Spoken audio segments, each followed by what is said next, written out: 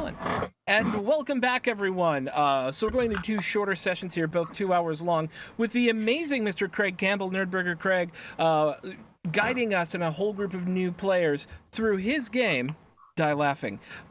Remember, we are here today to raise money for Riesis, Texas, who is on the front lines of the immigration fight right now, ensuring folk who are attempting to make it into the country are treated humanely, responsibly, and when horrible shit happens, like families get separated or put in detention centers, they're there to help out. So don't forget to click donate down there in the bottom. And I'm going to, you have like 30 seconds to hit !MOOP in the chat. Morp in the chat there. Thank you. ! Morp.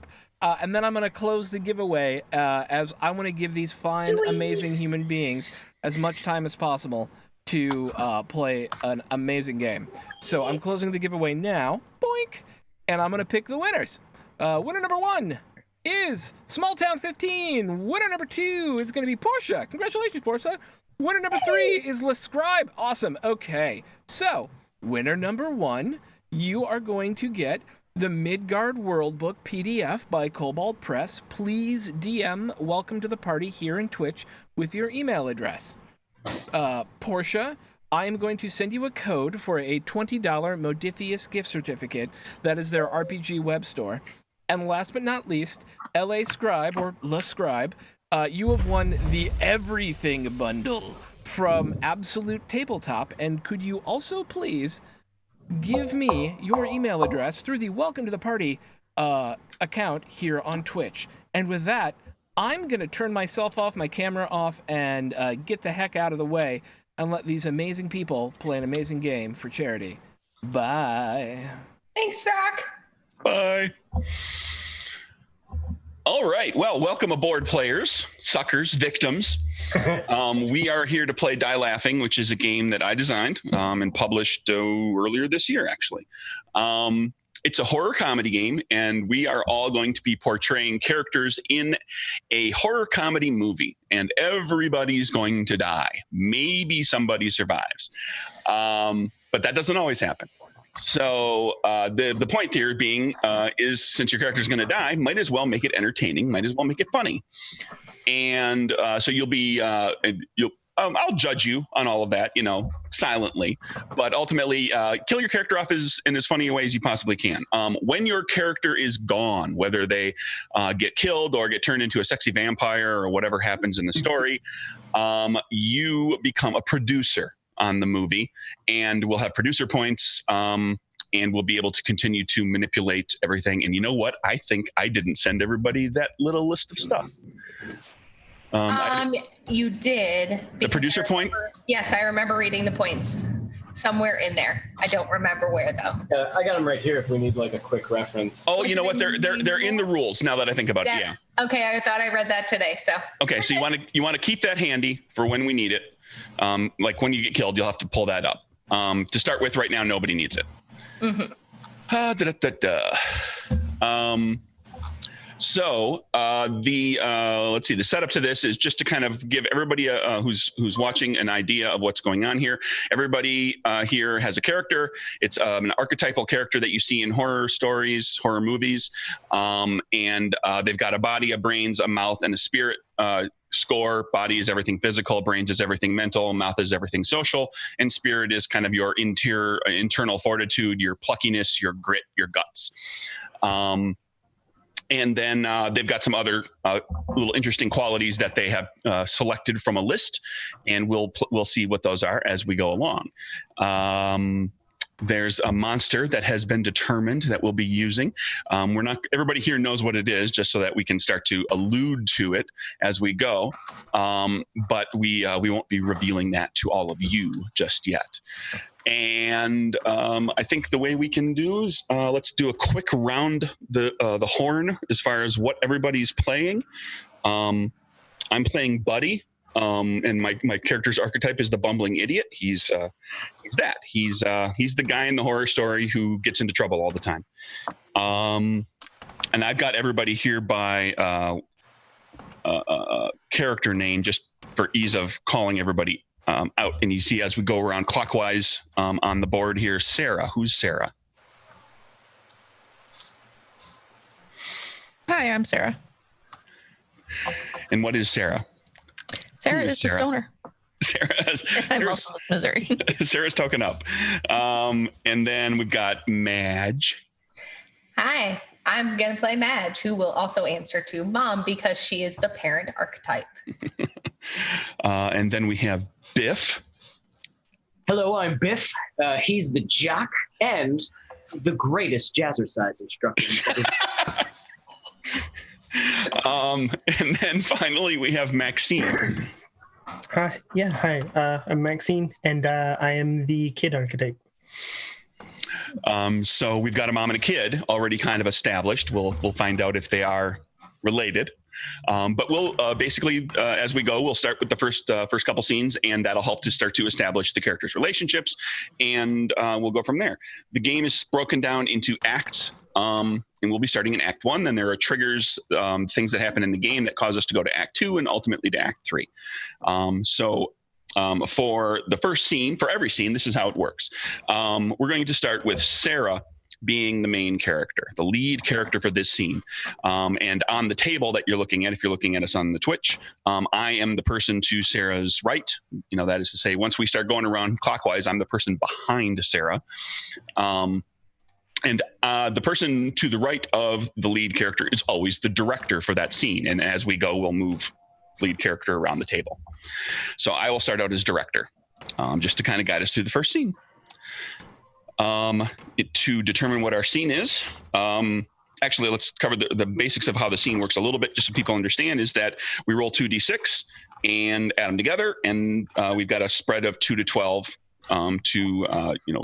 different scenes, so 11 different scenes that we can end up with.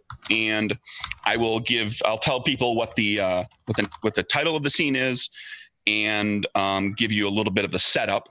There's a little section that's titled as setup, and then the lead character gets to choose who's going to be in the scene with them. Then we play the scene. The director can kind of help guide and suggest things, but otherwise the characters, the players portray their characters in that scene, doing whatever that scene's about. And once we kind of hit a break point, we make some trait checks based on what the scene is about. And those trait checks determine whether or not we lose our dice. And everybody is starting with 6d6. And as your dice go away, that's the countdown to your character's death. So that's the basics of it. Every scene also has a section that's called director. Sometimes there's no special rule. Sometimes there's something special that the director can do during that scene. So keep that in mind when you are the director. And feel free to ask questions as always. So first scene. Fade in on our horror comedy movie, As Yet Untitled. That's a 10. All right, Sarah, you're the lead character in the scene. This is a flirt scene. The lead player can invite a maximum of 2 other characters into the scene, and it's essentially a flirtation kind of scene. If you have all 3 characters in there, it's a flirtation between 2 people, and the other person is watching, is observing all of this in some way, and there's a lot of different ways to observe a scene like that. We'll just let people decide what they want to do. One thing to keep in mind is that when you're the lead character, you can never put the director in the scene with you. That's me in this case, unless I'm the only player left with a character who's alive.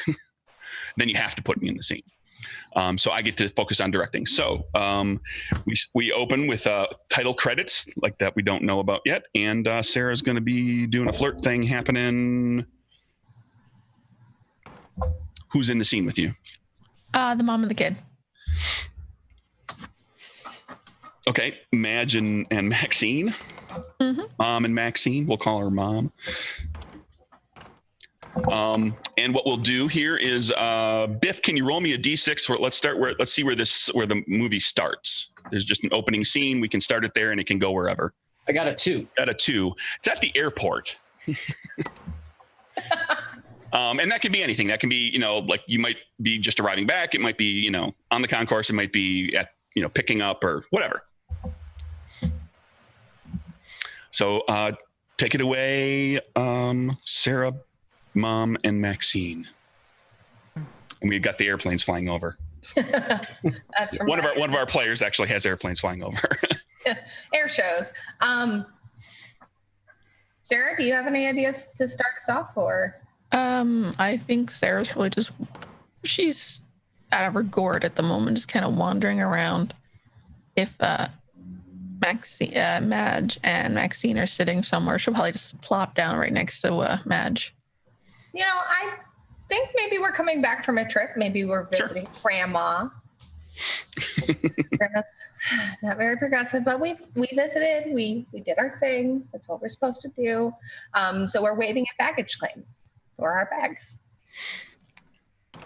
That's So- Maxine. They're waiting for their bags, and a long shot of Sarah just kind of sitting around looking, waiting, like totally in the wrong place in the airport, and eventually wanders off to find them.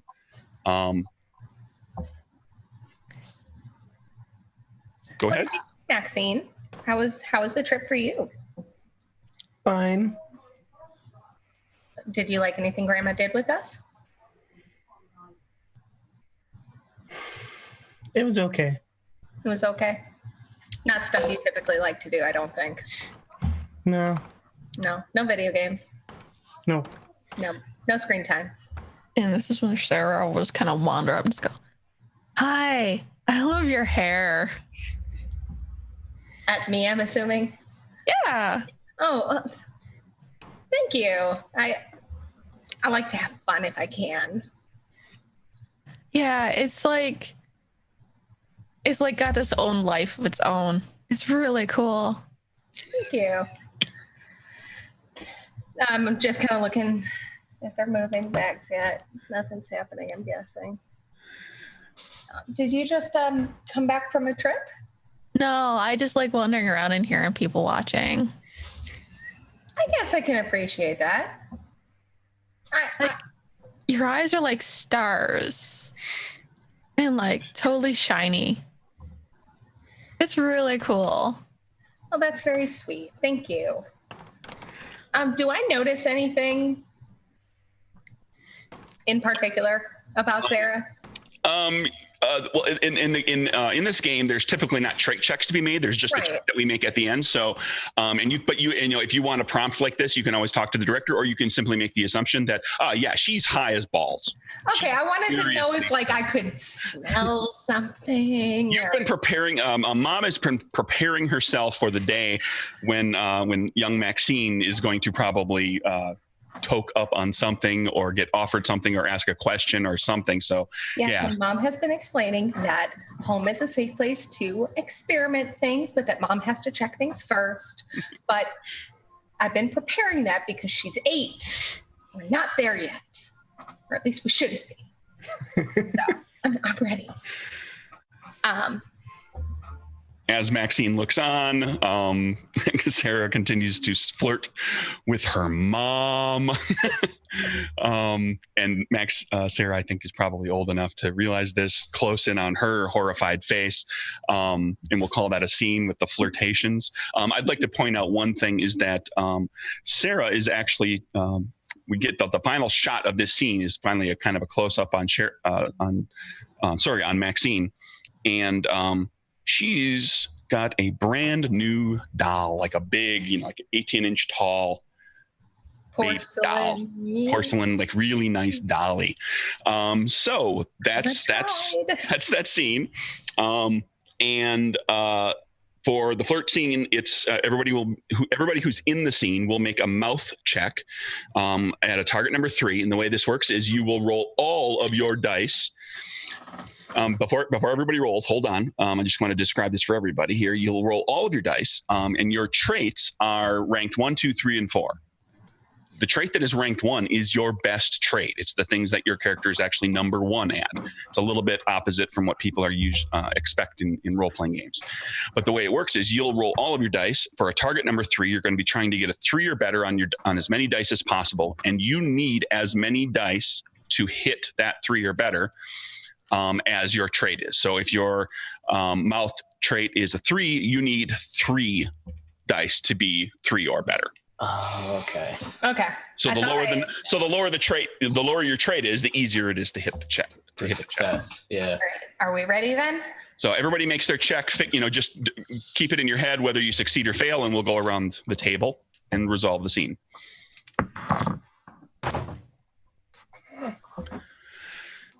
And we resolve the scene with the first character, with the lead character. So Sarah.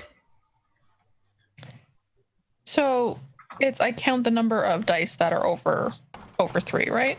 3 or better. Okay, well I have 4 that are 3 that are. You hit 3 and plenty. above. Okay, so you succeeded. So basically, the way that this works for the scene then is if you succeed, actually, let me do this backwards. If you fail at your check, if you don't get enough dice to hit the target number, you describe how things basically went poorly for you in the scene. And that doesn't necessarily mean that you were attacked by the monster, even if the monster was there. It just means that things didn't go well for you, according to, in this case, a flirtation scene. And then you lose a die. If you succeed on your check, you describe how things generally went well for your character in the scene, kind of how it wraps up nicely for you. And you choose somebody else who is in that scene, and they lose a die. So you succeeded, Sarah. So give us a quick synopsis of like how well how swimmingly, achingly well this flirtation went for you.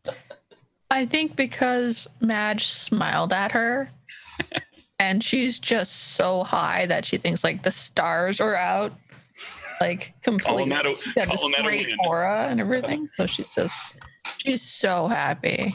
And you have to make one player who's in the scene lose a die. Maxine.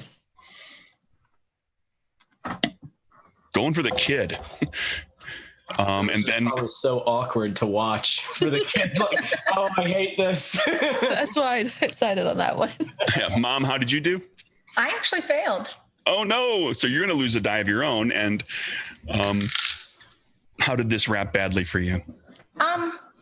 So I think Mom's intention was to play nice, but to kind of get across this idea of she's not really interested. Because she don't need no man, she don't need no woman, nobody else. She is good. Leave me alone. She did not get this message across at all whatsoever. She was too nice, so she failed. There you go. So you lose 1 die, and I'm going to try to track these as we go. So I might occasionally have to double check with you. And Maxine. I got 4. 4 successes. So even if your mouth was a 4 in your worst trait, you succeeded. I think for Maxine, she's just happy that no one was paying attention to her and her new doll. So she, Dolly. as is often the way with a little kid, you got out of that uncomfortable moment without feeling like a complete idiot or like being yelled at or anything else. Just like, hey, everything worked out. Status quo achieved. And you've got your doll. So that's the first scene. We're going to roll to the next scene where Mom will be the lead character and Sarah will be the director. And now I'm back in the mix because I'm no longer the director, so I can be in scenes. Sarah, roll 2d6. 7. That's a monster attack. Yes. 7 is always a monster attack. Monster attack scenes work a little bit differently, but we'll deal with that when the monster attacks. But right now, Mom is the lead character. Mom, you need to figure out who's all in the scene with you, and you can't choose Sarah. Okay. She's the director. So how many characters can I choose? Normally, you can choose as many as you want. The flirt scene had a limitation written Right, I into it. saw that. I wanted to make sure. Yep. There's only a couple of scenes that have limitations. Usually it's as many as you want. Well, then I'm going to say every other character. Okay. And you'll so it becomes kind of between the director and the lead character. Since it is a monster attack, it doesn't actually tell us what we're doing. It doesn't set a stage for us. Like we were at the airport. We could still be at the airport. It could be hours later. It could be days later. It's up to you. This is all very free form. It's all just kind of cooperative improvisation storytelling. But in this case, if Sarah maybe wants to set us up with something that just kind of flows fairly well from the initial scene. I I think that they're probably just getting home into their known neighborhood. They just got out of the taxi and like are on the street in front of their house, just kind of getting their stuff ready to go inside.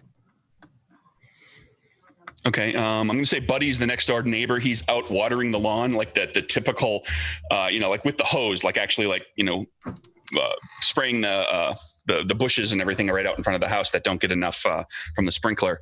And he's got the like too tight t-shirt, shorts, black socks, sandals, and a big floppy hat, one of those big brimmed floppy hats. Gotta protect his face from the sun. Oh, yeah. And he's got a stripe of zinc oxide, right down the nose. And he's out there. He's like, hello, welcome back. And he's watering. Hi. Getting suitcases out of the trunk, having difficulty trying to lift. Drops out of the ground. Okay. I think maybe Biff could be jogging by on just a. Is it nighttime, daytime? What do we think? What time of day is it? The early morning. Early morning. Oh, They're perfect. gonna red-eye flight. So I am wide awake and ready to go, and I am jazzer jogging as I'm walking or jogging. So, and 1 and 2 and pose, and 1 and 2 and pose. Well, hey there, neighbor. You trying to lift those bags? I got them for you. And I want to pick up one of the bags and just lift it over my head and start like pumping it as I walk with it. Where's this going, huh? And just assume that I am now helping you. Okay. Just on the front porch. You can just set it there. That'd be fine. You got it. And I want to throw it at the front door. Luckily, you took vaccines. It's like a medicine ball. Okay. I think I'll get this one. Hey, buddy. I'm here. Okay. Hey, Biff. Watering your plants, huh? Maxine, come on. Biff throws down the hose, still running, walks over there's like, I could give you a hand too. Oh, and he sees Maxine and says, Maxine, what a beautiful doll. Is that new? As he comes around the corner of the picket fence that separates the 2 yards, he trips on, he comes around it too quickly and catches himself. And, Oh, God.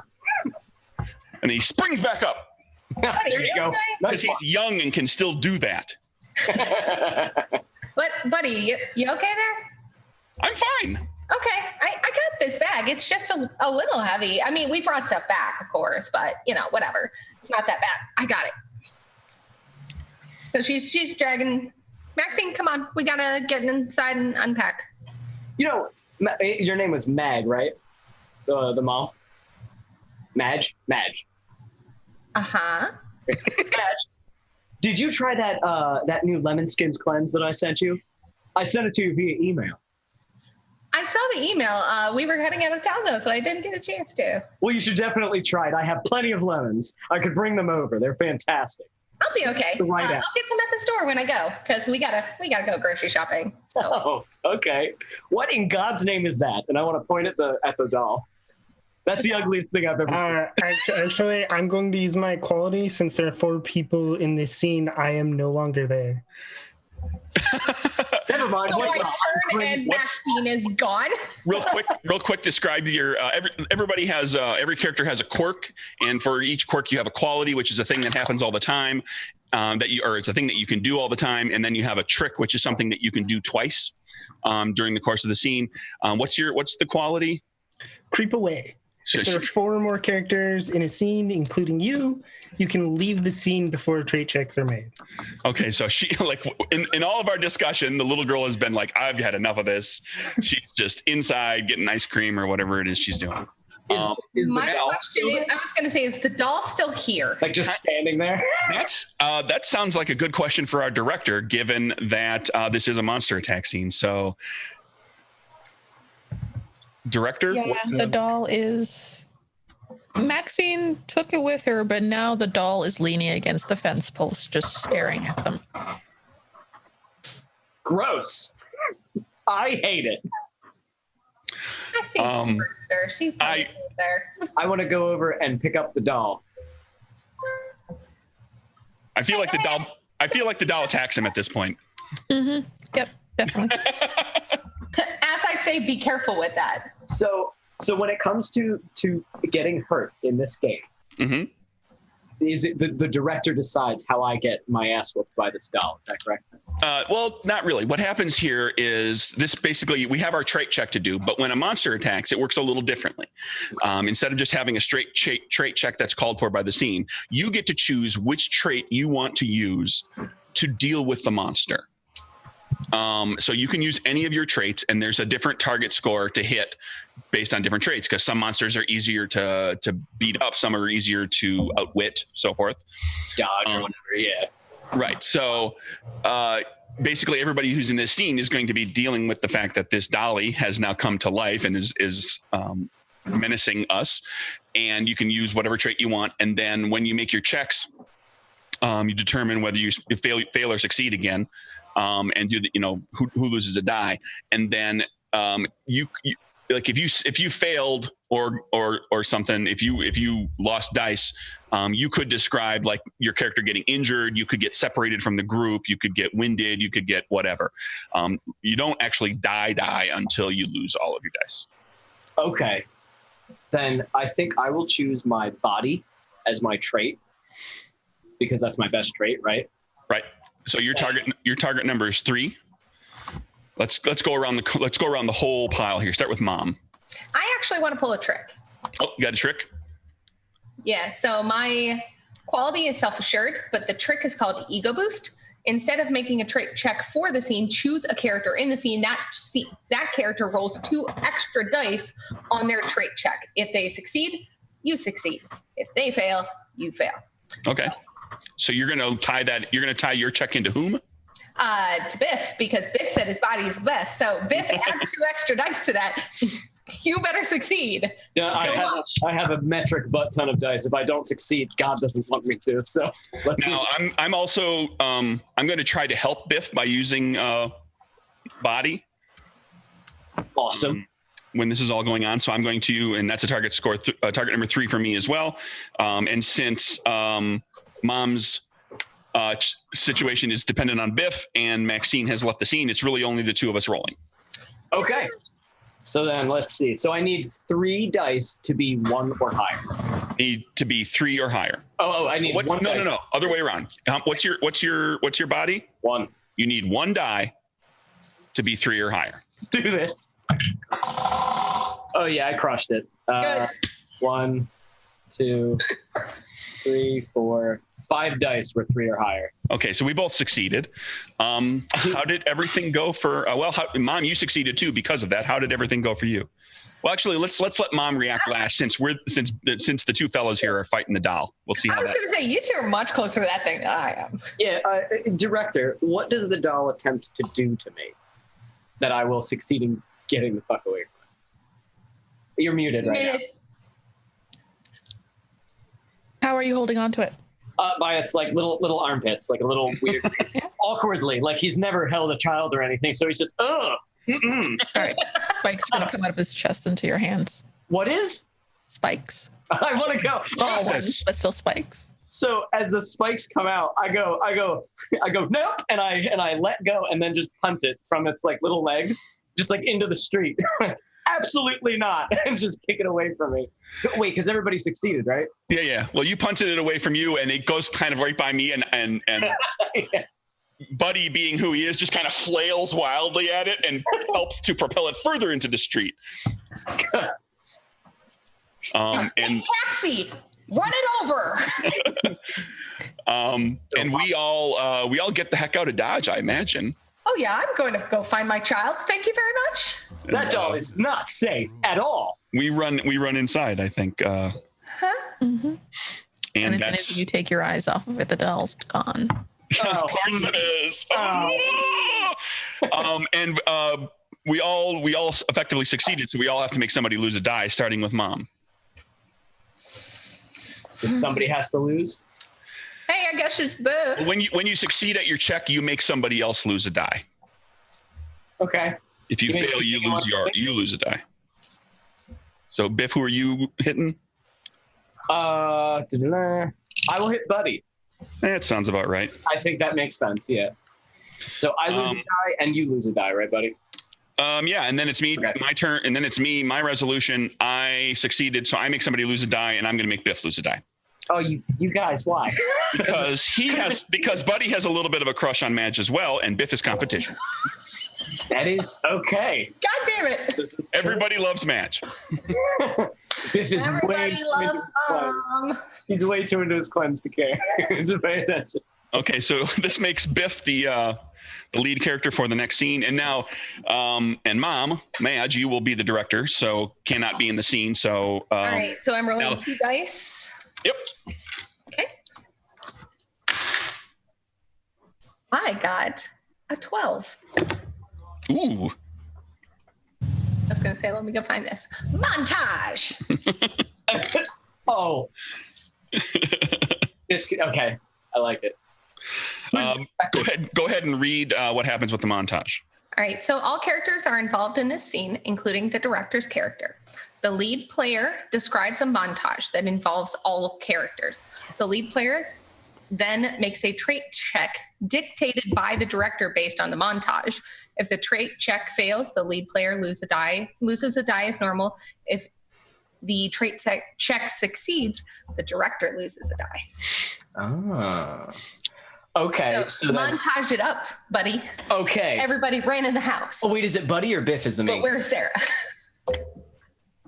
Is Biff. it Buddy or Biff is the lead? Sorry, Biff is lead. Biff. Yes. Mm. All right. Biff. So Yeah, here, don't use Buddy as just like the friendly euphemism. There is actually a character name. yeah, this so, is very confusing. Gotta remember that. So when we look over, I feel like I probably didn't panic until I was like, well, I'm sorry, I kicked your awful doll into the, and once we saw that it wasn't there, absolutely not. Let's get in the house. And so we all asked. And once we get in, I want to shut the door, lock it, and be like, all right, gang, here's what we're going to do. We're going to need planks of wood. We're going to need furniture, and we're going to need to barricade this place up. I'm going to need some heavy lifters. Who's with me? You. Let's do this thing. And I want to crank up a stereo, and it is a montage of us barricading the house because he thinks that the doll is evil. Well, we all saw the doll as like a demon or something, so it's going to try to kill us. So we are essentially barricading the house away from enemies, but also turning it into a death prison for us because I assume the doll's in the house, but we don't know that.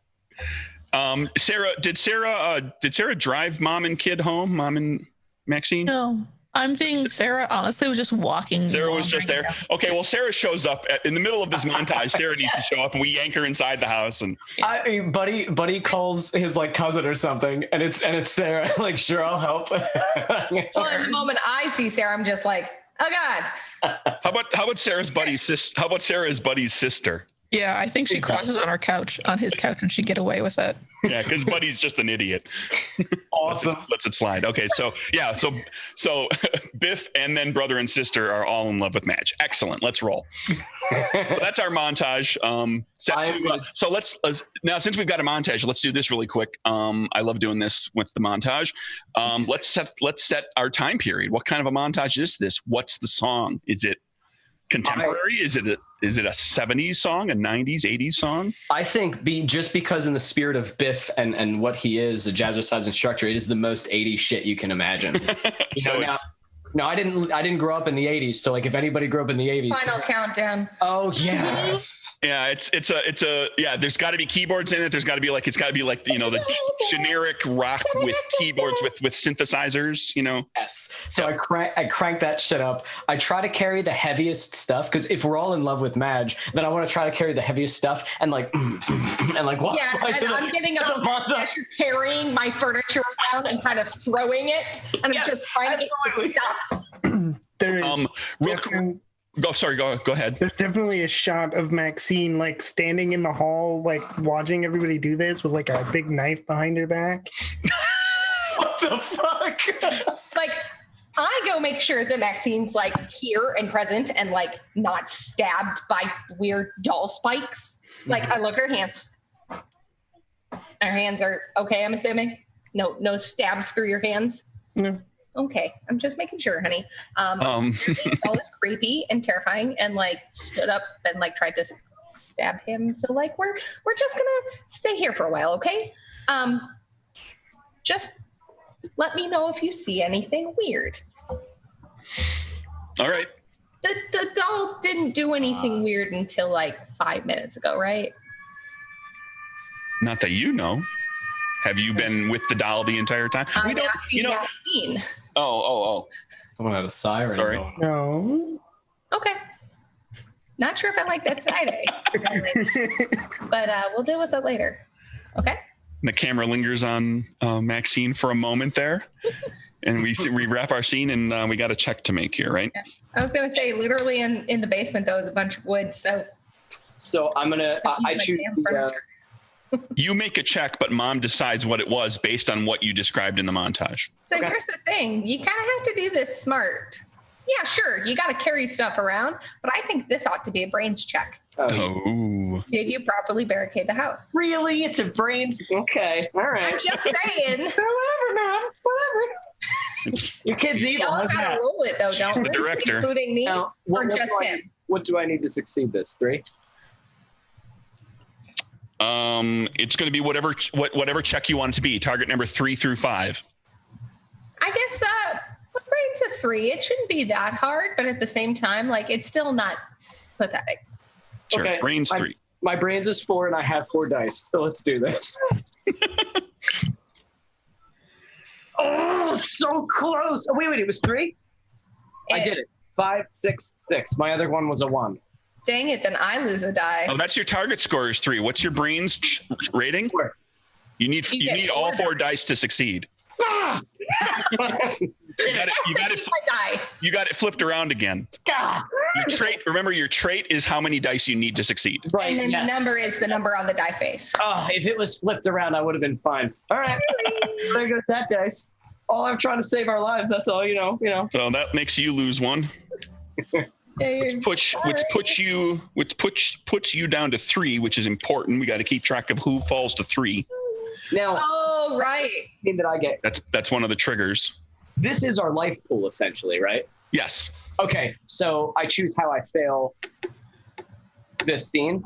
Well, I mean, basically, yeah. I mean, you can describe how poorly you barricaded the house, or if any specific detail maybe that you left out. The camera closes in on that thing. So I think it would be good as we're going through, like I'm doing a good job lifting and moving things, but every once in a while I'll walk through a doorway and Buddy's moving a 2x4 and they're like, you know what I mean? Like hits me in the face.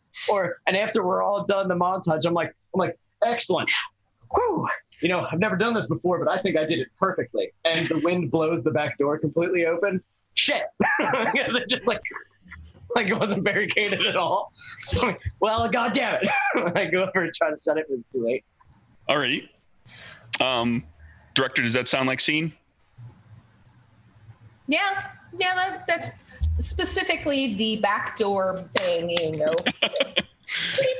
All right, we go to cut to our next scene with Maxine as the lead character, and Biff, you are the director. Alrighty, so I roll 2d6 for this sucker. We see what the scene is. Mm-hmm. 5, 7. Monster. Wasting no time. I was gonna say that makes sense. And who is our main character? Maxine. Maxine. So, as the director, I would say, as the adults are all discussing and talking in the living room, Maxine, you are probably upstairs. Now you can bring as many characters, right? The lead decides how many characters show up. Yes. Okay. So Maxine, you are upstairs in your bedroom looking for the doll. And you see that the doll is standing in the doorway of the master bedroom, and the bedroom door shuts. And naturally, you want to get up there, but you're also probably a little scared, and you might know that the adults should see this too. So, Maxine, who do you want in the scene with you? And Biff can't be there. Biff is tending to his broken nose. Yes. Ow. Let's go with Madge and Sarah. Okay. Quick cut to Biff taking care of his nose, and Buddy is apologizing repeatedly, and we cut back to our other characters. So I think I'm probably coming up the stairs to check on Maxine now that, in theory, everything's boarded up. Maxine, honey, where are you? I don't answer. But when you get to the top of the stairs, you'll see that I have opened the door and gone to your bedroom, and I am just standing, staring At at your something. bed.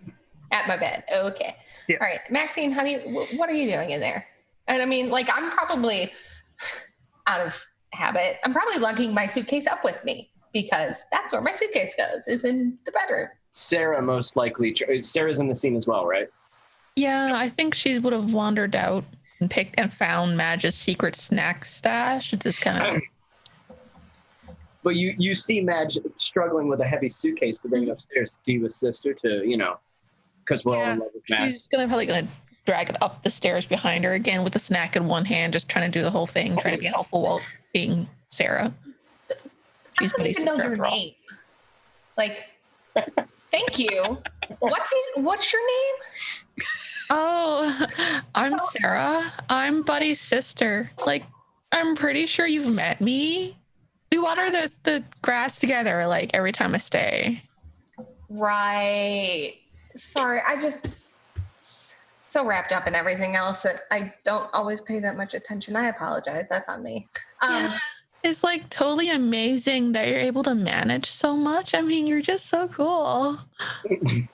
Lucky, I think is the word, but thank you. Okay. Yeah, so Maxine. Okay, and Madge opens her door fully and follows the eye gaze of Maxine. Director, take us to the actual attack anytime you want. Okay. We've set the stage. As you guys enter, because now you are entering the master bedroom, and as you see, Maxine, you were staring directly at the bed, correct? Yes. As you guys walk into the master bedroom, you see what appears to be the doll that Biff had kicked into the street. And it is not in the bed, but hovering several feet above the bed. And as it sits there with its little arms out and kind of just its hair sort of floating, almost like it's underwater, but it's above the bed. And you see its awful little creepy doll eyes open, and it lets out this horrific scream as the bedroom door slams shut, and a bunch of things just start flying around the bedroom, whipping around like a poltergeist. You know what I mean? As everything just starts swirling, it becomes a tornado of your stuff.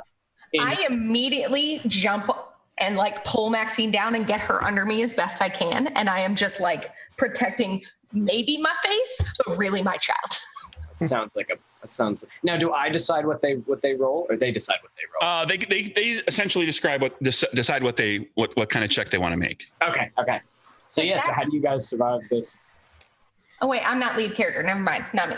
Yeah, we'll start with Maxine. Maxine, what do you do to deal with the monster? Any So I am going to use my trick, which is creepy is as creepy does, which means if I describe how creepy I am, I automatically succeed on my trait check. Okay, so give us what's creepy? What are you doing? So Maxine also has a little journal that she draws in it, and it's all like while everything's flying around on the bed, there are just pictures in crayon of like the last like 3 pictures in crayon are just her and Dolly having tea while everybody else is like in various positions of being dead.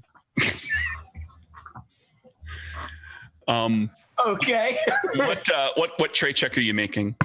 Or you automatically make it, right? Because automatically succeed. Okay, so that's Maxine. Sarah, what are you doing? And then we'll go to Mom.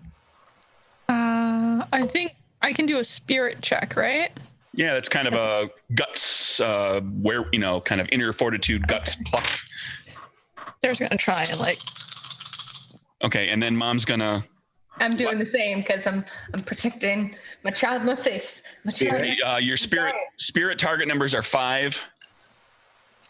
So I have to hit 5 or 5. You have to hit 5. Yeah, hit 5 on at least for me 1 die. 1 die needs to hit 5. I needed 2 and I failed on all. Right. I got mine. You got yours? I Okay. got mine. So they describe how they fail, correct? Because Right. Well, everybody describes what happened in general. So we start with Maxine. Maxine automatically succeeded because of her trick. creepiness. So you get to describe how things.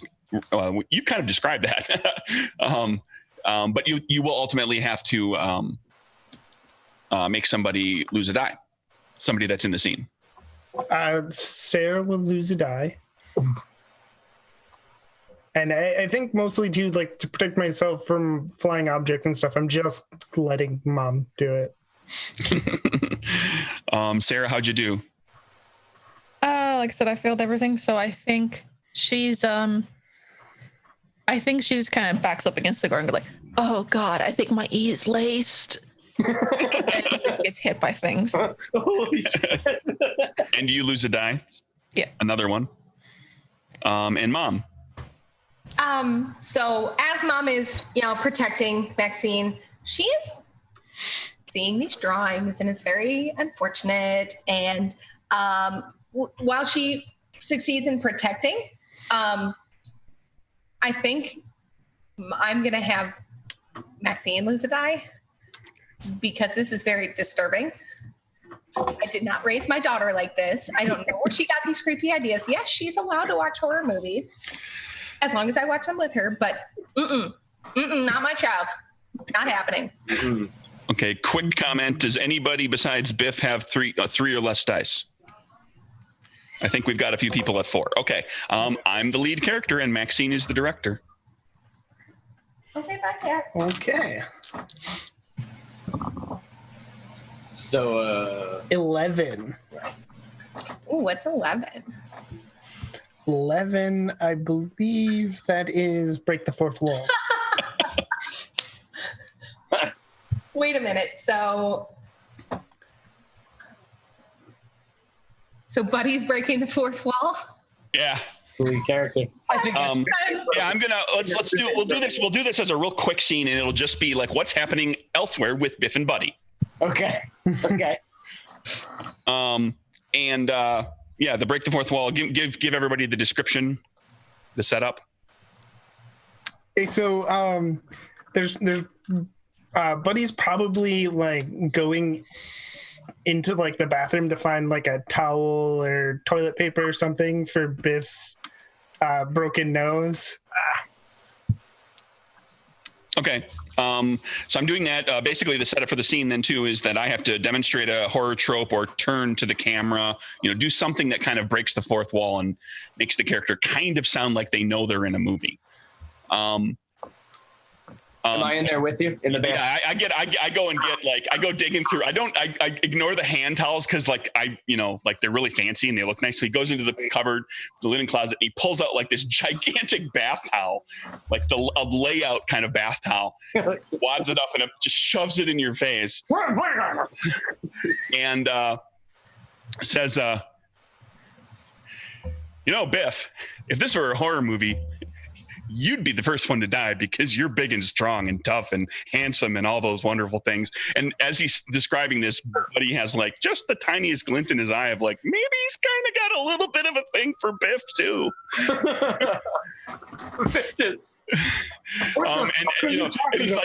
As he's saying it, he's kind of holding, he's holding the towel up for his face and everything, but he's also got one hand like on Biff's shoulder, on his muscular shoulder, and he's like, the camera hangs there for just a little too long, and Buddy's like, and you're so strong, and I know that this is the real world, so you're probably gonna save the day and everything, but if this was a horror movie, you're fucked. And that we'll call that the break the fourth wall, unless the director wants to slip something else in there. Okay. Pardon me. Sorry. And we have to make a spirit check for this. Spirit. Yep. You guys are killing me. At what difficulty? What's our difficulty, director? Spirit 3. Fail again. I only got 2, but I needed. I'm sorry, babe. Okay, this is so this happens. I make Biff lose a die, as I'm holding the. Did you succeed? I succeeded. Can I use my trick? You already made your roll, unless it's something that comes after the roll. I'll do it next time. Don't worry about it. No. It's... well, I got news for you. There's not about to be a next time. Okay. Yeah, I was gonna say. Come on, I'm up there holding the towel to his face, talking about how he's gonna save the day, or if this was a horror movie, he'd be screwed. And I make you lose a die. Okay. I'm down to 1. And you're down you're at 2, and then your turn comes and you failed, so you're going to lose a die. Mm-hmm. Which drops you to 1. And when you hit 1 die, you give that die away to anybody else who's left, and you narrate your character's death. Okay. All right. So first of all, who's lowest? I'll just give this, I'm going to give this to, I'm going to give this to Maxine, because I feel like Maxine's creepy enough to just keep going. Okay. So Maxine, die. Here's how Biff dies. So you're describing this holding a towel to his face. And what we don't see is, because of all the stuff thrashing around upstairs that we didn't, it's kind of shaking the house. A Final Destination style, a pipe gets loosened in the wall above and starts to leak. The leaking starts to drip down into onto like the bathroom floor or something, like, through the shower head or something. And as Biff kind of takes it off, he goes, I get real tired of that. I get it. I get that it's a trope. I'm big, I'm tough, I'm handsome, I'm perfect in every way. But that doesn't mean that I'm just some sort of dumb hero that's going to save the day, Now, will I save the day? Most likely. But it's because I have the guts and because I have the determination to do it, buddy. And you can too. You're too hard on yourself. You're a handsome man yourself, buddy. And you could work out if you just stick to the regiments that I told you. Don't worry, buddy. We're going to get through this, because I'm going to get us through this. Now, I'm going to get us a proper towel, because you have no idea what you're doing. But I appreciate you helping me. Don't worry, man. I'm going to save the day. And I take a step, reaching for something else, slip on the water, bash my head into the side of the sink, then slam my head into the bathtub, breaking my neck entirely. It's the most awful, gruesome. Buddy has to watch. The sound is probably terrible as its skull crack, neck break, and just all the blood leaking into the tub as you just see Biff's wide open eyes, and he goes, "Dang," and that's the last thing he says. He's just.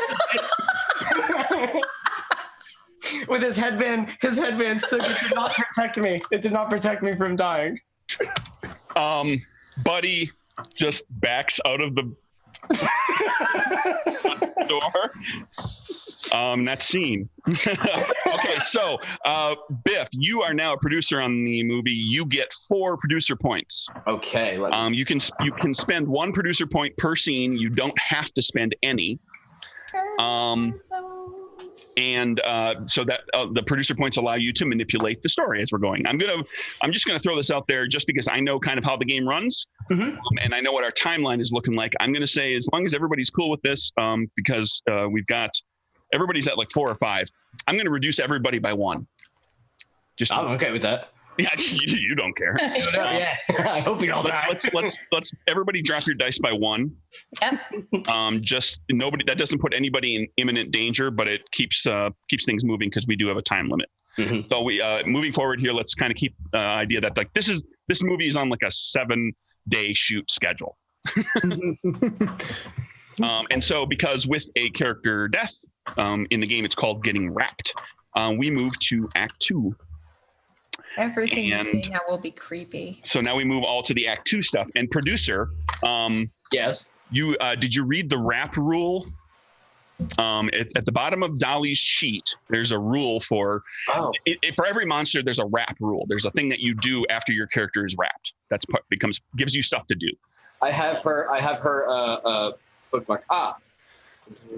So just read that and keep that in mind when you start. That's why I just said what I said too. Like, it's going to be awful from now on. Okay, no problem. I'll try to remember that. I'll remind you. You're no longer energetic jazzercise. No. And now Sarah is the main character and I am the director. Scene. Now we get into Act 2. Things escalate. That's going to be a 4. Search for the cat. Sarah, you need to decide how many what characters are going to be in there with you. I can't be one of them. The character search for someone's cat, or it could be a stray cat, or someone named Cat, or a member of the Stray Cats. You need to search for a cat All right. because horror movie characters do stupid stuff. Well, since Biff's dead, I'm gonna take Madge and Maxine. And I'm thinking Buddy probably has a cat, and now Sarah's worried about it, so she's just gonna try and find it in the house somewhere. Okay, so My everybody cat's but name me. is literally Cat. All right, so you manage to, the group of you extricates yourself from the whirling chaos of the master bedroom, and you suddenly realize the cat. Oh my God, Madge! Like, Buddy's cat. It's outside. His name's Cat, and like, oh my God, we have to go get it. I can't have it hurt. And like, I share my Wheaties with it every morning. Sarah, we barricaded the whole house. But Cat, and the back door was wide open. I mean, do you think she would have gotten in? Can we check the house? Okay. Yes. Yeah, we can check the house. That's fine. How many Wheaties? You got hit in the head though. Can I see your head for a second? Do me a favor. You're gonna look at me. You're gonna follow my finger. Okay. Because I'm gonna make sure you don't have a concussion. Because what you just said makes no sense. Okay. Okay. So, finger. Follow my finger. Your eyes go the other way. That has nothing to do with the injury. Sarah, you have to follow it, or I can't tell if you have a concussion. All right, you're just so pretty. It distracts me. Okay. How about this? Follow my face then. Okay. Okay. All right. So don't move your head, Okay. just your eyeballs. Okay. Follow my face. Follow my face. Follow my face. Yeah, you definitely got a concussion that time. Okay, we cut from that to what's Maxine doing?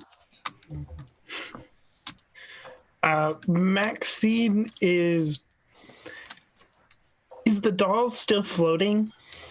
You left the room. Oh, that's right. We left the room. Okay. So in that case, Maxine's probably trying to go upstairs to get Dolly. As they're like, she's just gonna like, while they're like doing this, she's just gonna like, I'm gonna go get Dolly, and starts walking back up the stairs. Oh no, you are not, young lady. No, not happening. That doll is floating off the No, so I'm gonna go follow her. We need to look for this cat for like 5 minutes, and it does not go upstairs.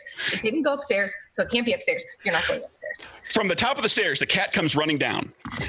and it freaks out because it's in a house with a crazy dolly and poltergeist stuff, and it jumps at our lead character, Sarah, and you need to make a body check. This is part of the director thing for Search for the Cat. Body check, target number 4. Okay. You're so happy to see it, and it attacks you. Okay. Target 4, you said? Yep. Target number 4. Yeah. Nope. You're going to lose a die. Okay. And then you found the cat, and everybody will be making a brains target number 3 check to wrap the scene. 1 success. Dang it! I'm one. Wait, How many brains? did you need? Oh, I did it. You said for brains? Brains target number 3. Target number 3. And I needed 2, and I got 2. Whew. Well, I needed 4, and I only had 2 dice. Oh yeah, you're kind of. Yeah, so that's true. Sarah's down to. Just nice. So I'm Yeah, I down to think- 1 now, right? You were down to 2. This puts you down to 1. Yeah. Okay. Yeah, it puts you down to 1, and you got to give it away and die one way or the other.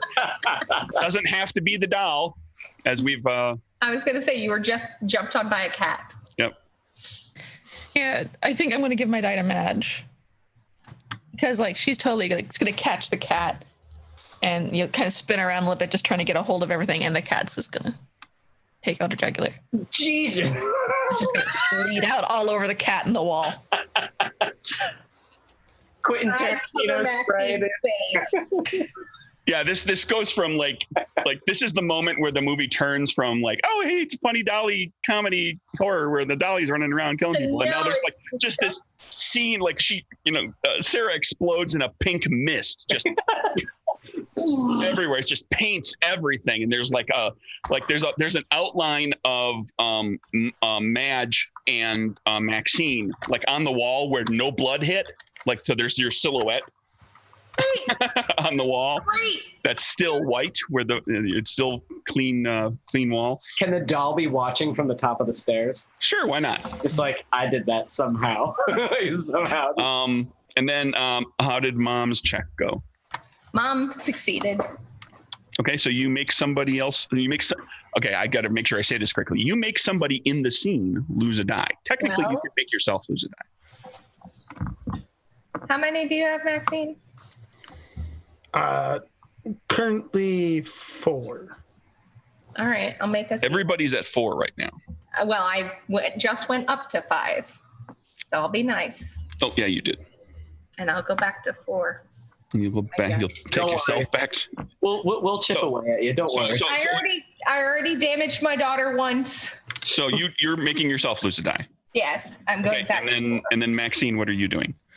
I did not succeed. So you're gonna need to lose a die. Yes. Now I'm glad I didn't do that. Okay. And we are still in Act 2 because we haven't quite yet hit the next trigger. So this is going to be, well, Sarah died. Sarah, you gained 3 producer points, a number of producer points equal to the number of characters left. Mm-hmm. So you can now do producer stuff, and feel free to start interjecting that, because we are gonna. This is like it seems like we're bleeding through the characters pretty quickly, but as soon as the producers start talking, that starts to kind of stretch things out again too. Mm-hmm. So feel free to use those. Mom's going to be the lead character. I remain the director because actually that's not true. Sarah will be the director. That's one of the things you can still be the director if you're out. Oh, Now cool. you're a producer director. Okay. Okay. So I don't choose the scene, do I? Yeah, I don't. I don't I'm sorry? choose the scene as director, right? Yeah, as director, you roll the dice and direct. Tell us what the scene is and help guide us with it. One of those things in the game that now, because people who are out can be directors, it starts to allow more characters to be in. So like normally, if she was the director, she couldn't be in the scene, but she's dead, so she's not a viable choice for that anyway. And this is Act 2. We have to use the Act 2 ones? I'm sorry? We're still in Act 2. Okay. 6 is the fake out scare. Set up. The characters venture into a scary situation together. Okay. And Mom, who do you want in the scene? I want everyone in the scene. So that would be Maxine and Buddy. And Buddy, okie dokie. All right, director, set us up for the fake out. Okay. So Maxine and Madge have run into the living room where Buddy's kind of like posted up because, he just watched the guy die. Shut the bathroom door. I was going to say, aren't we turn like around. coated in a mist of blood right now? Yeah. Exactly. So that's what Buddy sees when they walk, when they shuffle in quickly. And Apparently your cat is a murderer. I'm sorry. It's not my cat. It just comes around. Okay, it's a murderer. That's bad. Yeah. Where's Biff? He had an accident. What do you mean? He goes over and he opens the door, and there's like the scene of like the blood spray that was coming. I'm covering Maxine's. I shut it. Body toppled over, and his head's like cocked at an unnatural angle. That's great. Shut it. Oh, and because this is a horror comedy and it's probably a low budget movie, he's clearly in a different position. Oh yeah. No continuity. He's clearly in a completely different position than he was earlier. And I look up. Oh. Oh, we're still. That was the best take.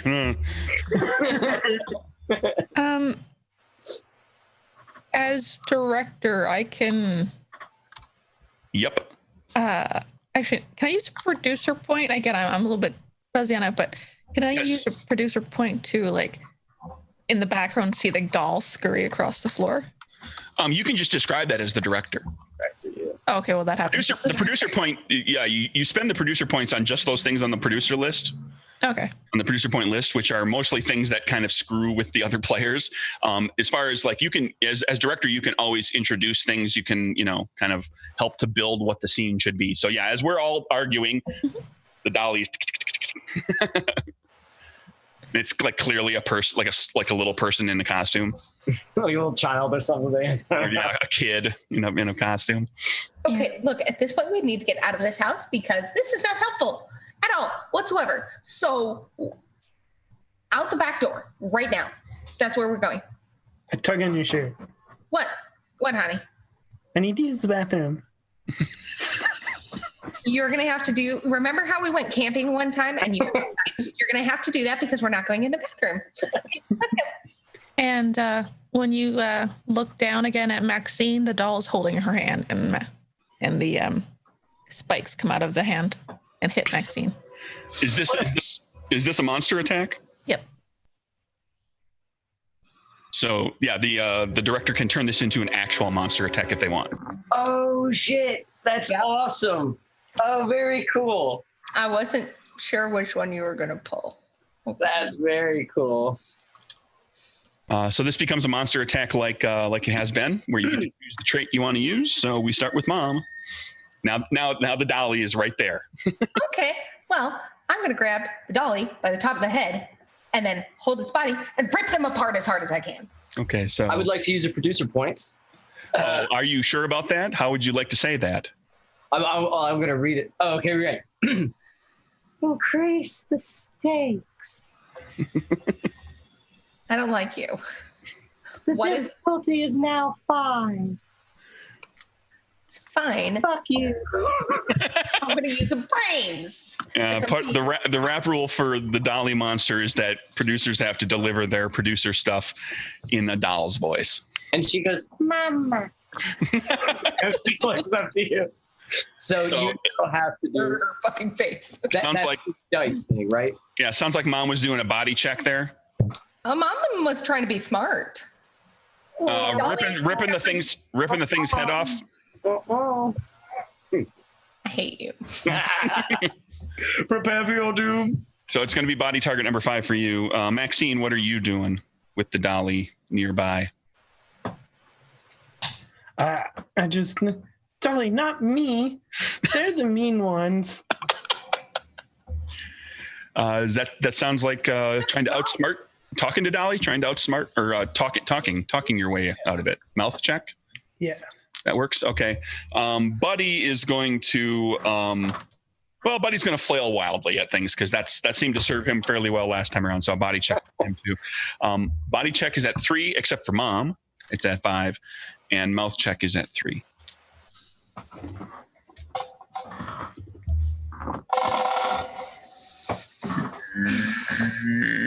Hey! I did it. I didn't. So I was trying to be smart, not use my worst trait. Prepare to die. All right, Mom, what happened? Well, I tried to rip the doll's head off. I'm pretty sure the doll bit me. Yeah, and that doesn't help you try to like do anything. Like actual freaking has spikes. Like it's sharp freaking teeth. Like Dolly has tashed my hand, and I'm not happy about it. So And you're down to 3. And you're losing a die. Yeah. Maxine. I was successful in convincing Dolly not to attack me. It just works in my favor by since Mom interrupted anyways, Dolly just starts attacking, going after Mom, and I don't. And you slip away. Yeah, I slip away. There you go. You get to take a dice away from somebody else, right? Because you succeeded. Yep. Yeah. Who do you want to take a dice from? Oh, Buddy. Oh, but Yeah, saw Finding that. that mom gets attacked still doesn't take my dice. Saw that coming. Saw that coming. Yeah. Somehow Buddy still got hurt. He's not even over there. He's like, he hurts himself. Oh no! Oh. Buddy succeed. I succeed. And so like I managed to just the one time the dolly comes after him, just kind of flails his arms and manages to get away. So I succeeded on that check, and I'm gonna make Mom lose a die. Yeah. Uh-oh. Wow, wow.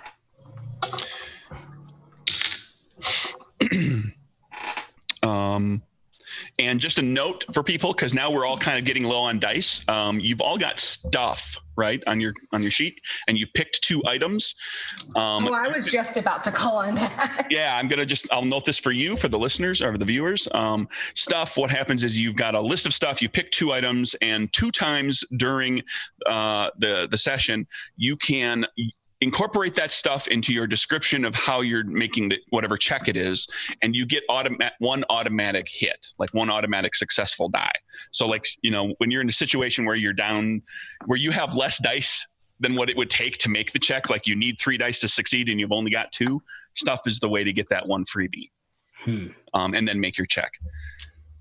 So everybody knows and that's not to say that you don't have other gear or things or possessions, those are just the 2 items that you can use for that particular mechanical bonus. Mm-hmm. So to describe for everybody, that's how that works. So I imagine we're going to see some stuff getting used here pretty shortly.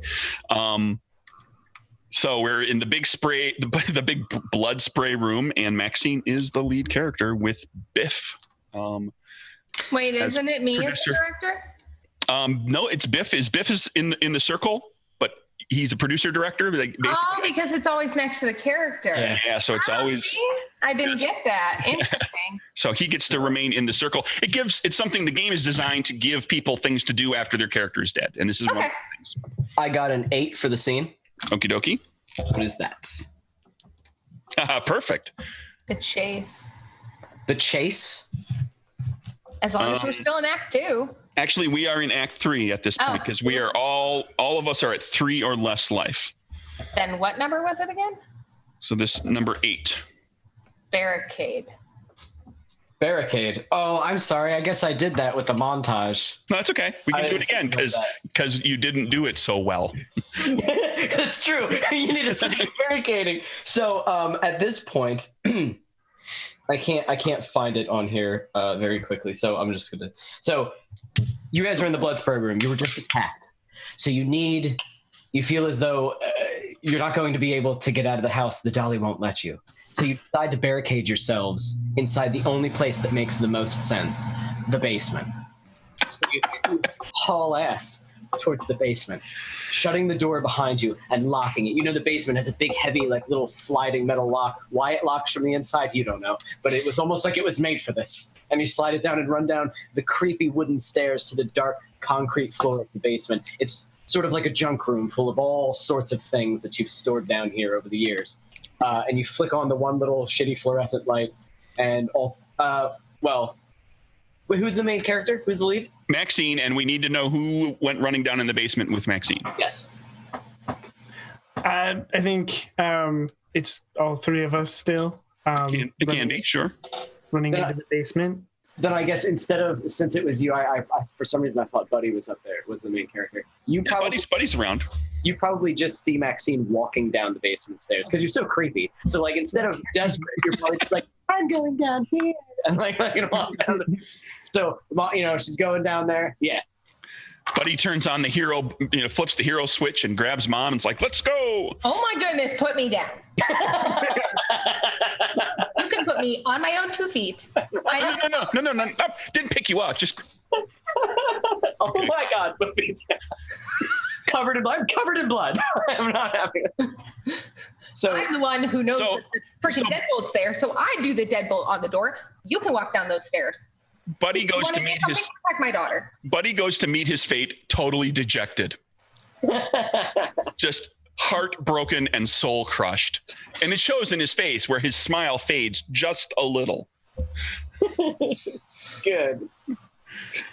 And we get downstairs to, I guess, we've got those little windows, high up. Mm-hmm. So we got to try to close those up and put some barricade up the door. So Buddy goes about trying to find things to put in front of the windows. Madge is handing them to him because she knows the things that'll fit. Here you go. Here you go. Here's this. I'm going to put this up in front of the door. For some reason, Maxine's standing in the middle of the room, and she pulls out a big-ass knife and just... Dolly doesn't like it when you do that. When I do what? Sweetie. Buddy says, "What the hell is wrong with your daughter?" What, sweetie? She doesn't like when you try to keep her out. And at that point, the lights go out, and you see in all of the pitch blackness, two little red eyes as they open, the little doll's eyes, as she floats up higher in the basement, and she. As she floats, you're expecting more like stuff to go flying around the room, but instead she simply looks over to. Do I get to choose who to attack? Well, this isn't an attack. Mm-hmm. It's if it comes up a second time. Oh, it's when I thought director. It says you can cause. Oh, are we on Act 3? We're on Act 3. Oh, my foolishness. I'm sorry. That's okay. Okay, I apologize. Okay. So the writer comes in and rewrites that scene. Well, we can't have the monster in quite yet. So we basically had to barricade. This is a body target number 4 check for everybody. Well, I fail that automatically.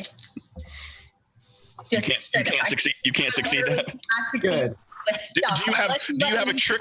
Stuff. Do you have a trick that gives you? Your body is higher than mine, right? Mine? What is your body? Or is lower? Buddy's body is 2. It's his second best trait. You. Okay. I am doing my self-assured trick. I forgot. Thank you. Okay, so you're giving me extra dice. Also, I'm giving you a wooden spoon. Spank the doll. Here's my wooden spoon. Spank it. He just hesitantly takes it. I mean, we're not fighting the doll at this point, but he'll. Yeah, but the doll's hovering up there. Spank it. Somewhere in the house. Anyway, okay, so that's tied into me. So I'm going to be making a body check to barricade, and then I guess actually we all do, or me and Maxine do. Maxine, you'll make a body check too for whatever it is you did to attempt to barricade things, other than holding a knife and threatening your mother. Or just threaten your mother with it. Let's see. Let's make checks. I was going to say, does my spoon help you? It does not. Oh, then maybe I didn't say that. That's fine. Maybe I just grabbed my spoon and I am preparing what I will do next. That's a success for me. Nice. And a success for me. Oh, thank goodness. I was also successful. Okay, and so we start with Maxine being the lead character. You succeed. Everything goes good. We're all barricaded. We all succeeded, basically. Hey, we successfully barricaded. We did what Biff couldn't. Buddy says that out loud. I did what Biff couldn't. I did something Biff couldn't. I saved us all. And then Maxine, since you succeeded, you get to choose someone to lose a die. Let's go with Mom. You killed me. That's gonna kill her. Yep, I die. I don't know how, but apparently I'm going to die. You got to do it, man. You got to paint that picture for us. Here's this. I gave you the setup. I said, I successfully barricaded us. I protected us all. And down comes Dolly right into my face. There you go. Well, do you want Dolly or do you want his barricade to kill you somehow? No, Dolly, because he failed. He didn't do it as well as he could have. Yes, he did better than Biff, but he didn't actually do it. Okay, so it's Dolly, because obviously my daughter is controlling the doll, and I have gotten a wooden spoon in my hand, and she knows that's spanking time. And she's like, "Don't want to be spanked, doll." Bam. How does the doll kill you? So the doll whooshes down the stairs, just going right through. Because apparently walls actually don't matter to the doll.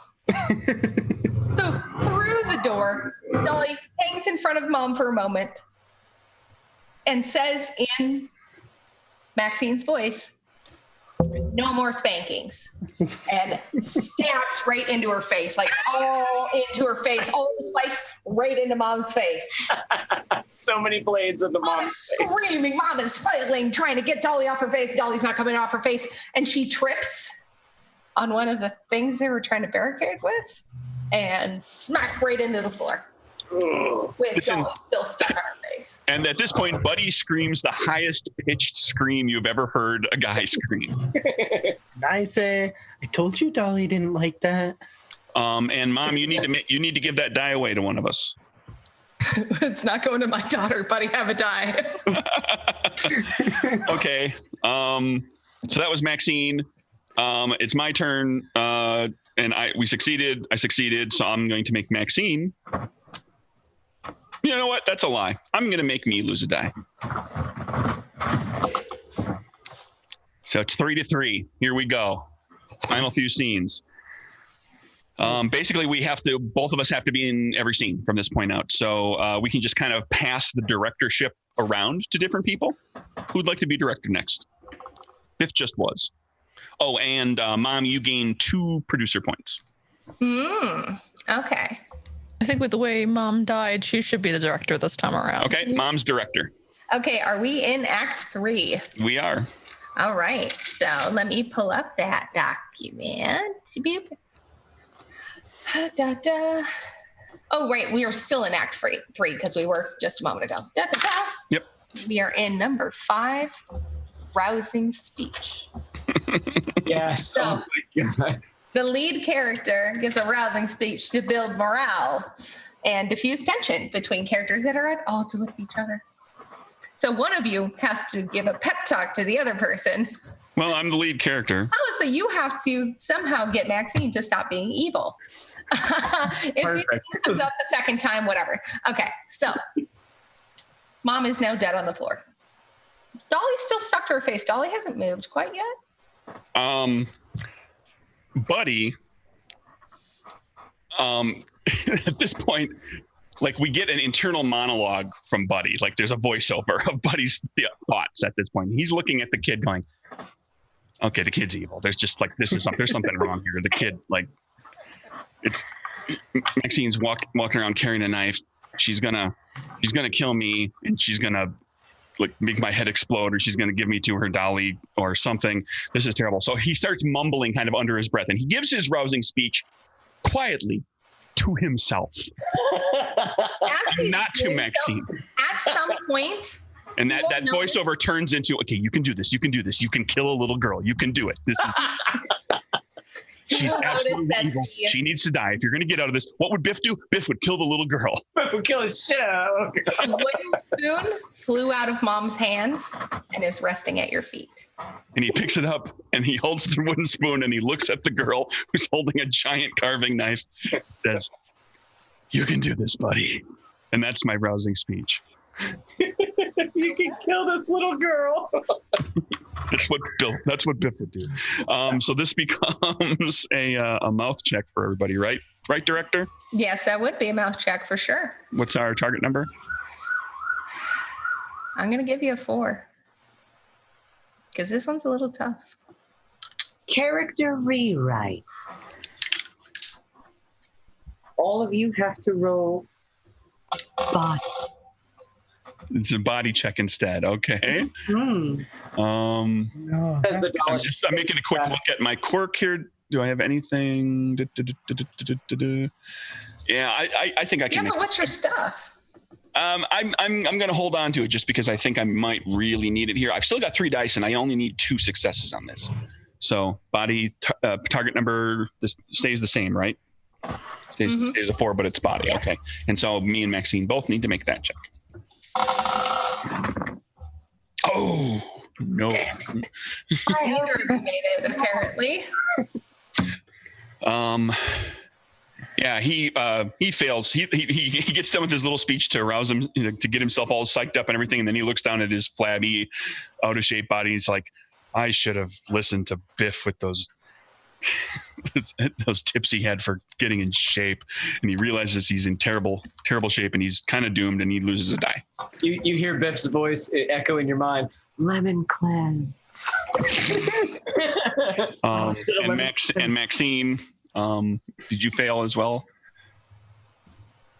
Yes, I did fail. So you're going to lose a die. How does Maxine wrap the scene? Because unless something really weird happens, this next scene might be it.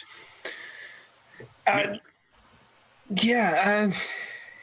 think you're trying to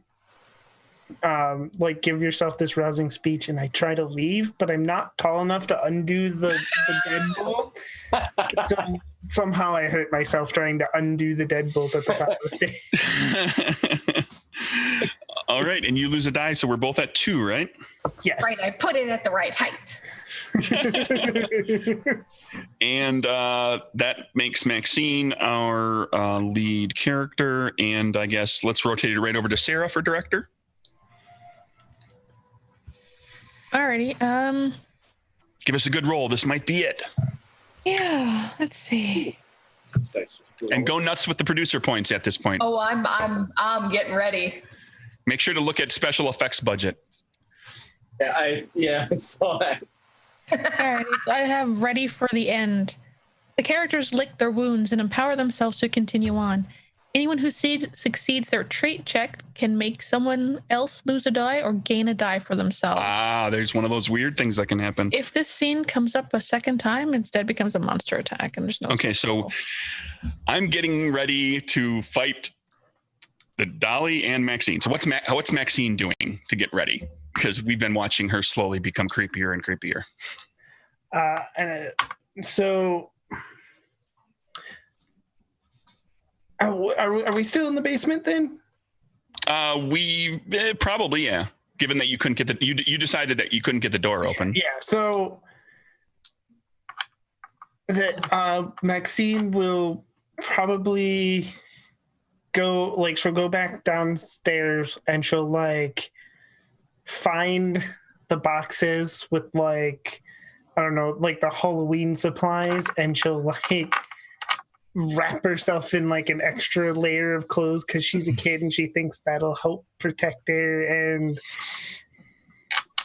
she probably is just talking to Dolly the whole time. So while this is going on, Buddy is slowly keeping this very wide berth. She walks by and he moves way back against the wall and gets away from her. Is the clothing your stuff? No, it's just nothing. Technically the knife is, and Cool. The walls start bleeding. The house shakes. I grab a ball peen hammer in one hand and I've got the spoon in the other and I'm ready. The walls bleed. Just get ready to get your ass whipped. The walls is bleeding. Prop budget cut. No more knife. It is now a butter knife. And that's stuff. So you're negating her using that as stuff. No stuff. Well, not that item. She's got another item. Yeah, no butter knife. Can't use that. No knife. So continuity screw up. I mean, we go back to her. Knife the whole time. Obviously. She couldn't get to the knife block. Okay, so that's a producer point thing. Unless other producers want to chime in, I think it's time for a check. Well, that was effects budget cut, right? No, that was prop budget. Props budget. Oh, then I want to do effects budget cuts. So one of you has to describe why what's going on is super, super cheesy. I think the walls bleeding is probably a good. How do you make that sound? Maxine, you're the lead character. You want to take that? Yeah. Our special effects budget just got cut. We can't do that really cool walls bleeding scene. Make it cheap. House shaking. Yeah. So the house shaking, you can definitely tell, because the characters aren't reacting. You can definitely tell somebody's just shaking the camera. We're all. There's no reshoots. We didn't have a budget for reshoots, so they couldn't reshoot it without. So they're just going with the house is shaking.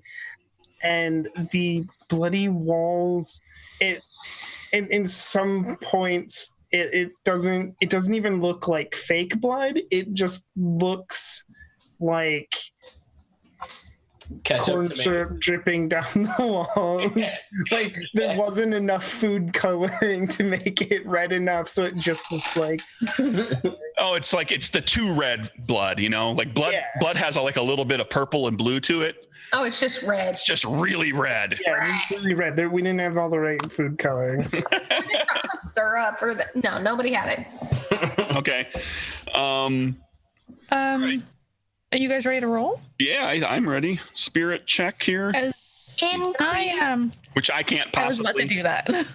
What? Can we? Yeah, I think we were both trying to increase the stakes to automatically Well, make it. two of you have already spent a producer point this round. this turn. Yes. Oh, So I I guess haven't. that's for you then. That's true. Our director producer can. I would like to increase the stakes. Increase the DN to 5 for anyone doing a trait check All right, so this is going to become a. Oh, it's only one character though. for one character, and that's gonna be Maxine because Dolly's mad. Uh-oh. Okay, so we've got spirit checks. Target number 4 for me, 5 for Maxine.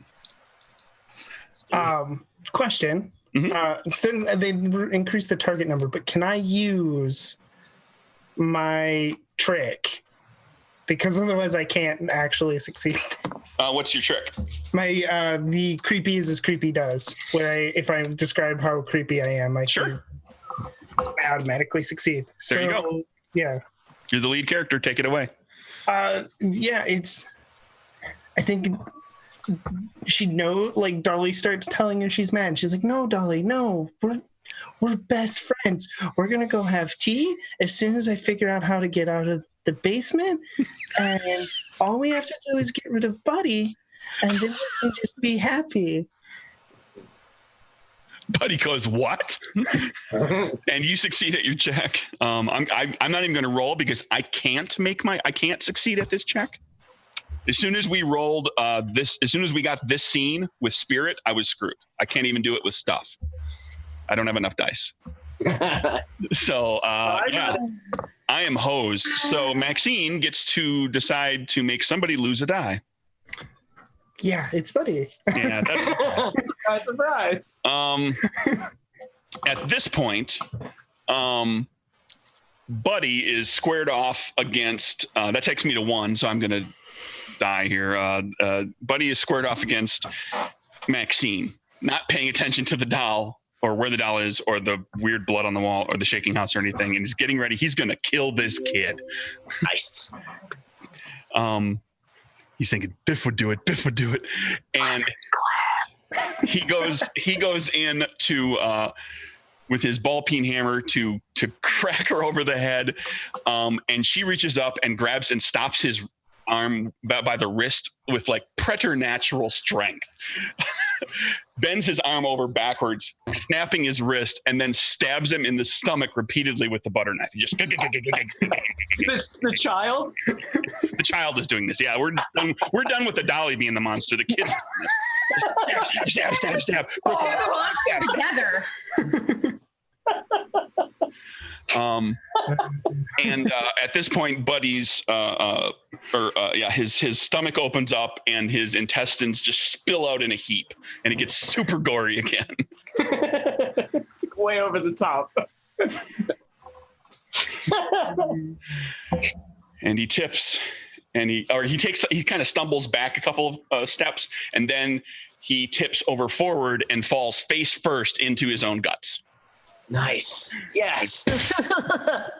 There's of all the guts everywhere, and that is the end of Buddy. For the ending of the story, we're down to 1 character. Maxine is alone in the basement, in a basement she can't get out of. And we don't roll for a check here. We Maxine, how does the movie end? However you want it. I think Maxine would Dolly would float up and unlock the door somehow or something, since we already know Dolly can float. But I think the end of the movie is that scene of Maxine getting adopted and she's standing in a new home holding Dolly. Sure. Post-credit scene, maybe? Yeah. Then we see she gets adopted and she's got her Dolly and she's got like a new family that are doting over her. Wonderful. And, you know, close in, iris in on her face. Cut to black. Perfect. Jesus. That's our movie, everybody. Nice. There's a couple things left to do. One thing first. Maxine, character name, Nerdy Teddy. You basically won the game. So what's the title of this movie? If you've got an idea, if you are not coming up with something right away, you can have everybody else chime in with suggestions and pick the one you like the best. I think the movie's title is Dolly is Innocent. I mean, at the end, I guess so. Kind of gave it away right in the title, but nobody understood. No one understood. That's our movie, Dolly's Innocent. That's the first one. Certainly looks like there will be a sequel. Nice. If it goes wrong. I have a reveal that I want to throw out there to the viewers and to everybody except Maxine. I cheated. There's actually no kid archetype in the game book. I was wondering about that. I just decided to make the kid because it made sense for the Dolly. What is Maxine actually? The monster helper. I knew There it. you I go. knew it. Yeah, she's the archetype of the monster's helper, of the Renfield that's actually on the side of the monster. That's good. Well, that's the thing. It's like for this one especially, like that makes perfect sense.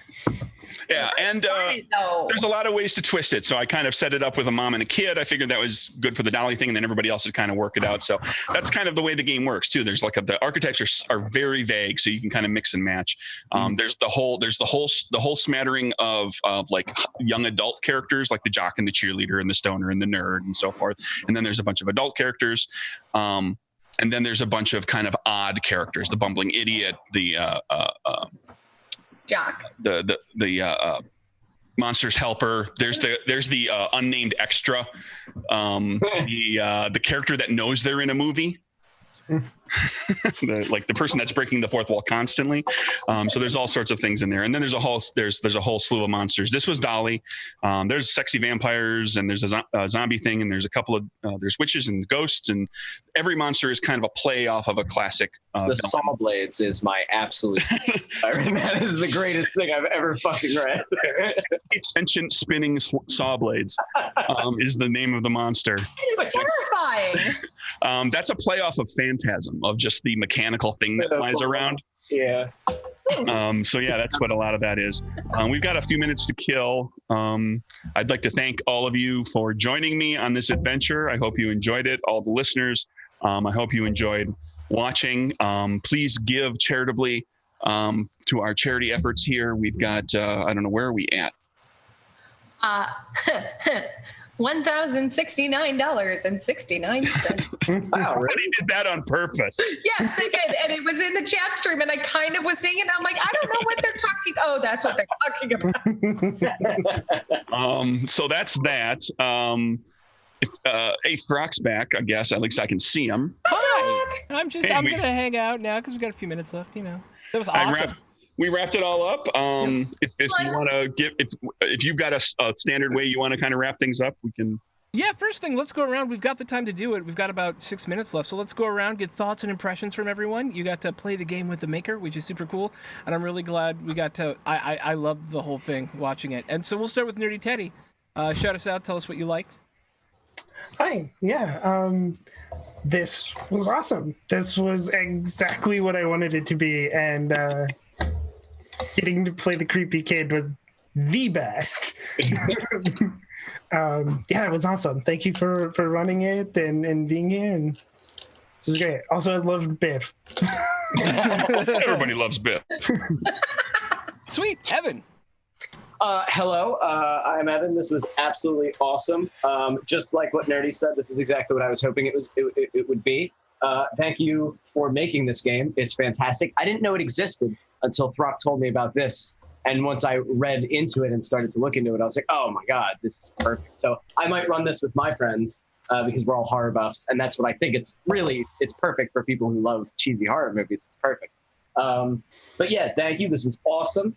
And I think my favorite part was the cat was my favorite part because it just didn't make sense and it was great. Like she like exploded. Like it was so good. I fucking love it. Oh, this was fun. This is definitely a fun game. And yeah, give it a charity, you people watching. God. Portia. Hey, so I am Portia.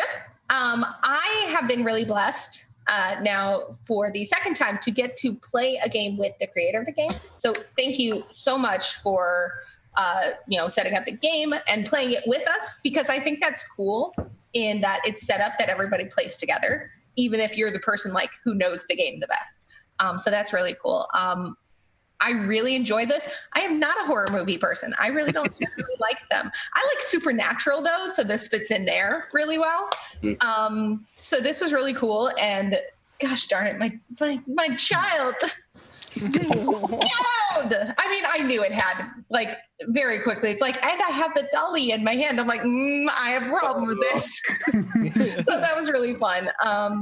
Yeah. So like said earlier on the game that he ran the last session, this is a big thing to both of us.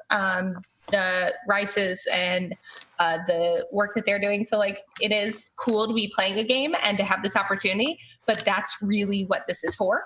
And so, if you have the ability, if you have the means, be able to support that, or at least, tweet out, let people know that it's going on so that we can make a little bit of a difference. So, thank you. Yay. Kayla. Yeah, I hadn't heard of this game until Nerdy sent us the stuff, and I absolutely adore it. I know I'm going to be playing this again. I actually have a work thing coming up that I think I might actually use this for, just so we can all slaughter each other. Yes. I really like the idea, and I think it'll work really well. So it's great. I had a great time. Thank you guys so much. Love. And Craig, why don't you take us out? Hi, yeah, I'm Craig Campbell from Nerdburger Games. Die Laughing is the third game I designed and published. I've designed many games that never got published. This is my love letter to horror movies. I've been a horror movie fan for a very long time. My love letter to horror movies and to bad horror movies, and horror comedies, even the good ones. It was a long time in making. I think it turned out pretty well. I'm glad everybody enjoyed it. I'm going to throw this out there. And feel free to Throck to promote this through the end if you think, whenever you think to do it. Yeah. If you the game is available at DriveThruRPG. The PDF is $10. You can get a physical book for $20 or $25 depending on whether you want a hardcover. I will track my sales of Die Laughing today and tomorrow through the end of this fundraiser. And I will donate half of anything that anybody spends buying Die Laughing over the next 2 days right to Throck. Oh my God. I'm writing that tweet right now as well. Have anyone spend? So throw that in there. Link to the. I can send you a link to the actual page for the game. I'll keep an eye on Die Laughing sales today for the rest of today and tomorrow, and half of everything I make off of that will go to Raices. I'll probably get the hardcover because this was awesome. This is a great game to have around just in case you have like a whole bunch of friends come over. Like, it's perfect. You roll it quick, you play it quick. Zero prep. I mean, it's literally you can create your character in 2 minutes. And I can play it with my students as long as I put the PG-13 marker on it. Tell them that, and I thought that was cool. We didn't kind of define it, but at the same time, seeing that that's in there to kind of be like, if you set a rating, it helps kind of mitigate some of those, what are people okay with? So yeah. I can do that with my students. I got to consider that as well. Thank you. This is good. This is good stuff. Okay, so I'm sending that tweet out right now. I also tagged you in it, Nerdburger Craig, and we will retweet it a couple of times. I'll put a announcement. Actually, let me get the drive-through RPG link in chat as well. So anybody who wants to go pick this up, somebody's going to get it for free as well, though.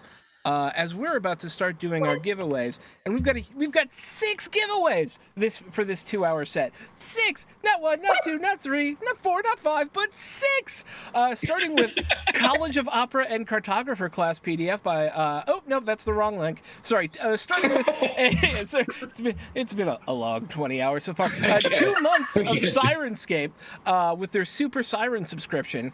A $20 Modiphius gift certificate, a soap bundle from Monster and Mayhem Soap by our very own Michi, a Die Hard Dice bundle, a $20 Hero Forge gift certificate, and the big prize is going to be the Die Laughing hardcover and PDF combo by the one, the only, Mr. Craig Campbell. All right, I'm going to open that giveaway up right now. Your giveaway is going to be ! Dolly. So, why don't you hit ! To be one of the 6 winners of this amazing 6 p.m. giveaway? And we just got a $10 donation from Salvador. Yay! That exploded. Right. Yeah. Boom! Dolly. All right, and with that, I'm You going can to only take do this. it once, right? Yeah, it'll only ever give you 1 ticket, so you can type it in as many times you want. It won't matter. Okay. All right, and with that, we're going to go and bring on the next game, which is Sigmata, This Signal Kills Fascists, with the author. So, That sounds awesome. It's a great name. Yeah. And so we'll see you back in about 20 minutes, which is also when the giveaway closes. So we'll see you soon, team. Bye. Bye. Bye.